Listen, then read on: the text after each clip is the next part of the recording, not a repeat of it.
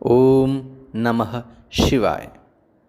बिल्वपत्र, जिसे संस्कृत में बिल्वपत्र कहा जाता है, आप सभी को विदित है कि 14 जुलाई से श्रावण मास प्रारंभ हो चुका है, जो 11 अगस्त रक्षाबंधन तक चलेगा। हमारी संस्कृति में श्रावण मास के प्रतिदिन बिल्वपत्र चढ़ाना अतीव शुभकारी माना जाता है और इसके बिना भगवान शिव की पूजा अधूरी सी मानी जाती है। मित्रों, आप सभी बिल्वपत्र के बारे में भली भांति परिचित तो हैं ही, लेकिन आज मैं इस दुर्लभ वृक्ष बिल्वपत्र को तोड़ने के नियम जो शास्त्र सम्मत हैं उनको प्रस्तुत कर रहा हूँ। भगवान शिव को बिल्वपत्र चढ़ाने से उन्हें शीतलता प्रदान होती है।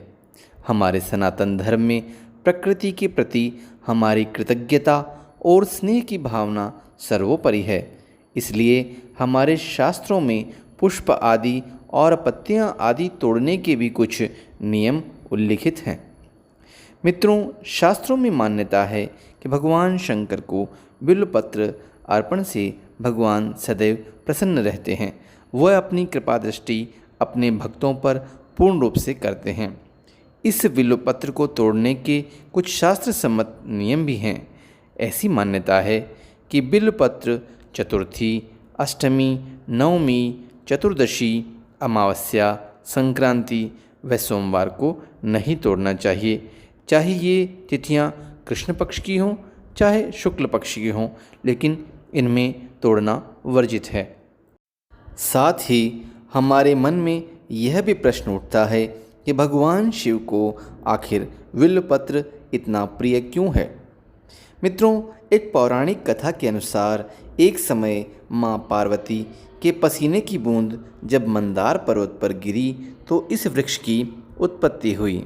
ऐसी मान्यता है कि बिल्वपत्र के पेड़ की जड़ में गिरिजा माँ, तने में महेश्वरी, शाखा में दाक्षायणी, पत्ती में माँ पार्वती तथा पुष्प में माँ गौरी जी का वास होता है। इसी कारण भगवान शिव को बिल्वपत्र अति प्रिय है। इसके अतिरिक्त यह भी मान्यता है कि भगवान शिव को बिल्वपत्र चढ़ाने से सभी तीर्थों व 12 ज्योतिर्लिंगों का फल प्राप्त होता है।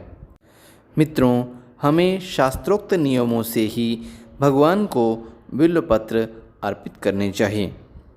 कम से कम 3 पत्तियों वाला बिल्वपत्र ही भगवान शिव को अर्पित किया जाए तथा संख्या में 3, 5, 7 व 11 तो कम से कम होने ही चाहिए।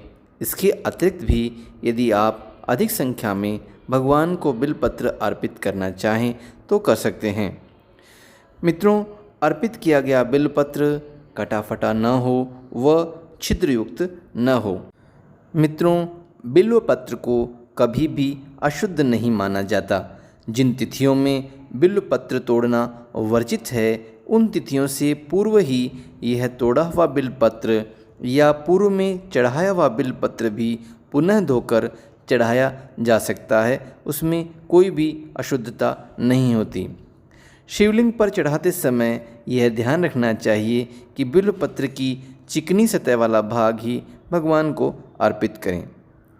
हमारे हाथ की श्रेष्ठ उंगलियां जो हमारे यज्ञ में, हवन में आहुति डालते समय उपयोग ली जाती है, वही मध्यमा middle finger, Anamika ring finger व अंगुष्ठ थंब से ही भगवान को बिल्वपत्र चढ़ाना चाहिए।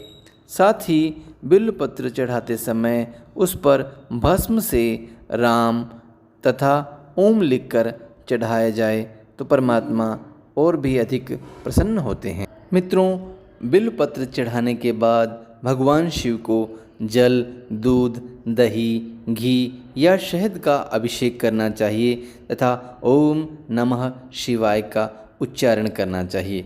साथ ही एक मंत्र जिससे भगवान शिव अति प्रसन्न होते हैं, मंत्र का उच्चारण इस प्रकार से करना चाहिए। ओम त्रिदलम त्रिगुणाकारम त्रिनेत्रम च त्रिधायुधम त्रिजन्म पाप संहारम बिल्वपत्रम शिवार्पणम। पूरे श्रावण मास में भगवान शिव की पूजा अर्चना से सकल मनोरथ प्राप्त होते हैं। सभी भक्तों को पूरे श्रावण मास में भगवान शिव की पूजा आत्म तत्व से, मन से और श्रद्धा भाव से करनी चाहिए। जिन मित्रों ने अभी तक सब्सक्राइब नहीं किया है वे सब्सक्राइब तो करें, लाइक करें, शेयर करें व कमेंट बॉक्स में अपने विचार साझा करें। धन्यवाद।